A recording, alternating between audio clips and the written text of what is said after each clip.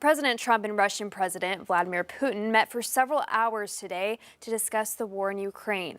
The two leaders offered few details on what was discussed, but President Trump said they did not reach a deal but called the talks productive. Meanwhile, Putin said they came to an understanding. Ukrainian President Volodymyr Zelensky was not invited to the meeting. CBS News correspondent Willie James Inman reports from Anchorage, Alaska. After meeting for hours of discussions in Alaska, President Trump and Russian President Vladimir Putin addressed the future of war-torn Ukraine. We had an extremely productive meeting and many points were agreed to.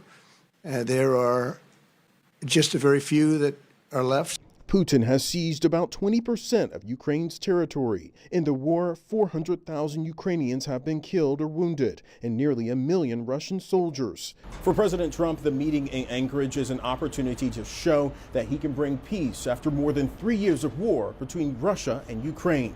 Ahead of Friday's summit, President Trump spoke about his goals. I want to see a ceasefire rapidly. I don't know if it's going to be today, but I'm not going to be happy if it's not today. Everyone said it can't be today, but I'm just saying I want the killing to stop. Putin, meanwhile, is demanding that Ukraine renounce his bid to join NATO, limit the size of its military, install a Russia-friendly government, and formally give up land Russia illegally annexed in 2022. The risk is that Putin is coming with an agenda, and his agenda is his imperial ambitions for Russia, correcting the great geopolitical catastrophe, as he describes it, of the 20th century, the demise of the Soviet Union. Ukrainian President Volodymyr Zelensky and European leaders were not invited to Friday's meeting. Zelensky posted this video in which he pointed out that Russia attacked multiple sites in Ukraine Friday, including a market, adding, quote, "That speaks volumes." Willie James Inman, CBS News, Anchorage, Alaska.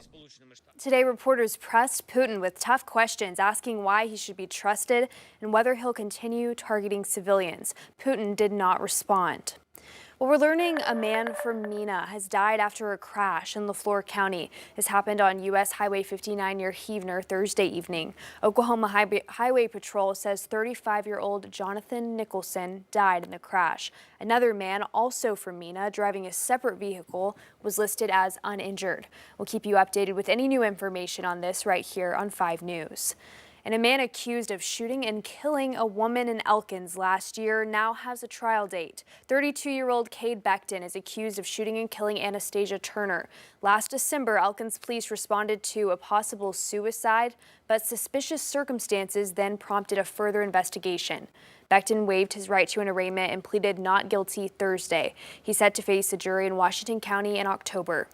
We're learning more from a new report that details exactly how Grant Harden planned and pulled off an escape from the North Central Unit in Calico Rock in May. Documents from the Department of Corrections lay out the convicted murderer and rapist plan in his own words. In interviews after authorities recaptured Harden, he explains how he took advantage of lax oversight while he was working in the prison kitchen. He says it allowed him to stash a homemade police uniform and extra food on a loading dock. On the day he escaped, he says he approached the gate prepared to use a ladder he'd made, but his uniform and a distracting phone call led the tower guard to buzz him out.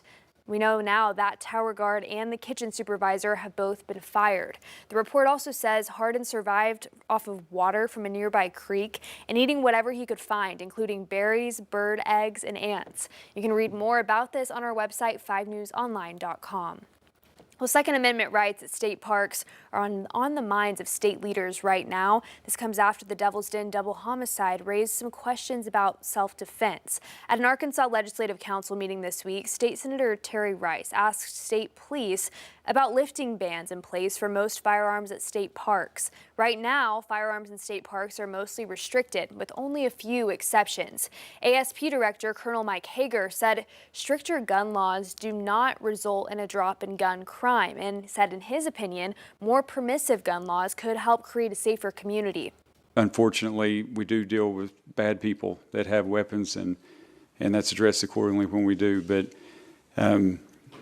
the more good people that we have with weapons and the ability to defend themselves, the better that we all are. Now, a 2024 JAMA report found that the states with the most restrictive gun law policies had a 20% lower firearm mortality rate than more permissive states.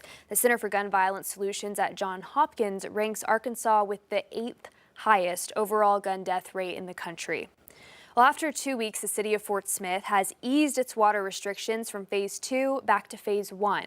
Fort Smith Director of Water Utilities Lance McAvoy says the city was able to get more water in the town reservoirs. This comes after that major water main break on August 3rd, where an estimated 1 million gallons of water was lost near Phoenix Avenue and Airport Drive.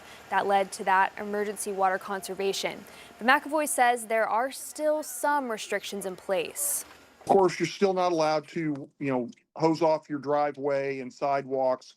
You can wash your vehicles at the house. We ask that you pull it into the grass so that you're not wasting the water that's going, into watering the grass, as well as filling your swimming pools. People can go back to filling swimming pools. He says now if you have an even house number, you can water on the even numbered days of the month. And if you have an odd house number, water on odd numbered days.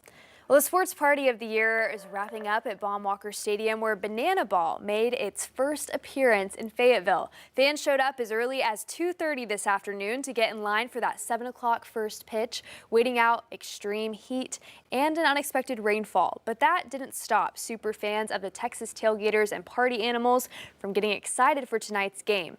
Banana Ball is not just about baseball, it's about having a great time.